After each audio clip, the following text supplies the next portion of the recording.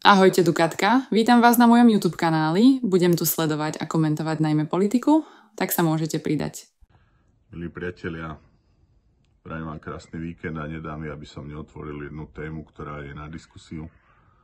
A to je kompenzácia nerastným bohatstvom zo strany Ukrajiny vo vzťahu k Spojeným štátom americkým.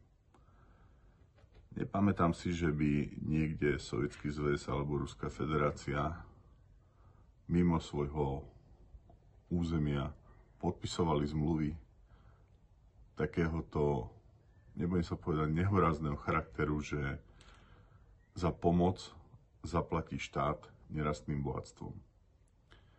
Mám vážne podozrenie, že na technológiách pri ťažbách nerastných bohatstiev sa uspokoja tie veľké členské štáty v Európskej únii ako Francúzi, Nemci, Taliani a že malé štáty ako Slovensko si doslova utrieme ústa.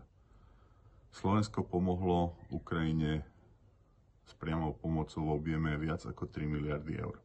Preto je na mieste, aby predseda vlády na najbližšom rokovaní v Bruseli otvoril otázku, koľko dostane Slovensko naspäť za pomoc Ukrajine a hlavne, aby Európska únia pre všetky štáty spravodlivo požadovala takúto kompenzáciu.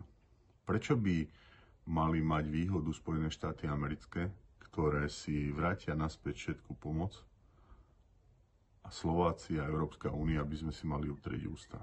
Slovenská národná strana s tým výslovne nesúhlasí. Preto sme požiadali, aby sa táto téma na pôde Európskej únie otvorila. Nedáva mi žiadnu logiku, prečo by Spojené štáty mali dostať naspäť finančnú pomoc a Európska únia a Slovensko by si doslova mali utrieť ústa. Nesúhlasíme s tým, veríme, že to bude téma najbližších rozhovorov v Európskej únii, že sa nezjednotia len pri protiruských sankciách a ešte raz dôrazňujem, vo vzťahu k našej vláde budeme žiadať analýzu, aby Juraj Blanác dokladoval, na základe čoho hlasuje proti ruským sankciám. Prajem vám krásny víkend, verím, že si oddychnete. Nedalo mi, aby som práve cez víkend takú tému otvoril, pretože si myslím, že mnohí z vás si myslia to isté, čo ja. 3 miliardy pre Slovensko sú obrovské peniaze. Je to takmer 8 nemocníc v okresných mestách. A ja som presvedčený, že Slovensko tieto peniaze potrebuje naspäť. Obzvlášť v takých ťažkých časoch, ako Slovensko čakajú. Čauko moji drahí sledovatelia, aj vy, čo ste tu noví. Takže poďme na to. Chcem reagovať na veľmi závažnú a podľa mňa legitímnu tému, ktorú otvoril Andrej Danko, a to kompenzácie za pomoc Ukrajine. Poprvé súhlasím, že ak so Spojenými štátmi majú dohodnuté, že im budú kompenzované dodávky zbraní či inej pomoci z ukrajinských prírodných zdrojov, tak je úplne na mieste, aby aj Európska únia vrátane Slovenska žiadala férové podmienky.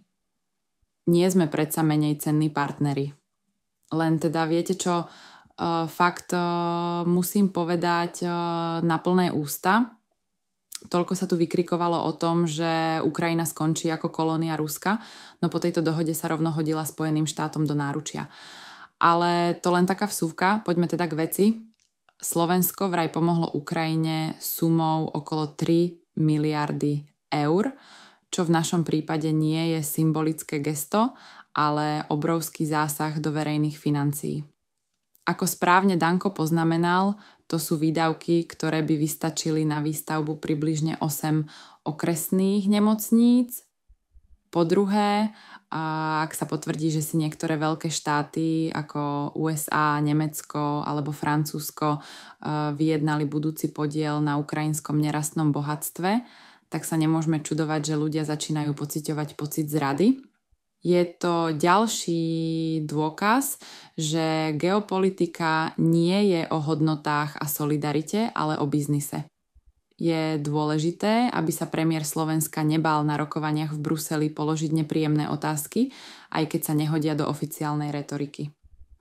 Po tretie, oceňujem, že Danko otvorene spochybňuje hlasovanie slovenských zástupcov za ďalšie balíky protiruských sankcií. To je konečne diskusia, ktorú musíme viesť nahlas, nie potichu za zatvorenými dverami.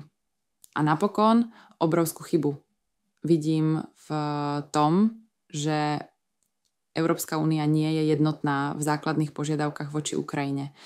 Pomáhať môžeme, ale nie do nekonečna, bezpodmienečne a bez návratnosti. Vieme my vôbec o tom, ako boli doteraz tie miliardy vynaložené? No hlavne, že členské štáty sa tu idú šikanovať za každý cent.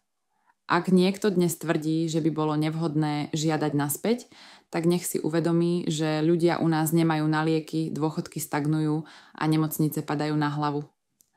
Prečo by sa pomoc Ukrajine nemala spravodlivo rozpočítať a Slovensko si nesmelo nárokovať návrat časti výdavkov? Ďakujem, že ste si toto video pozreli. Ak máte aj vy pocit, že niečo tu nesedí, napíšte mi do komentára. Ak sa vám video páčilo, tak budem rada za každý odber a like. Verím, že vytvoríme silnú komunitu odvážnych ľudí so zdravým rozumom.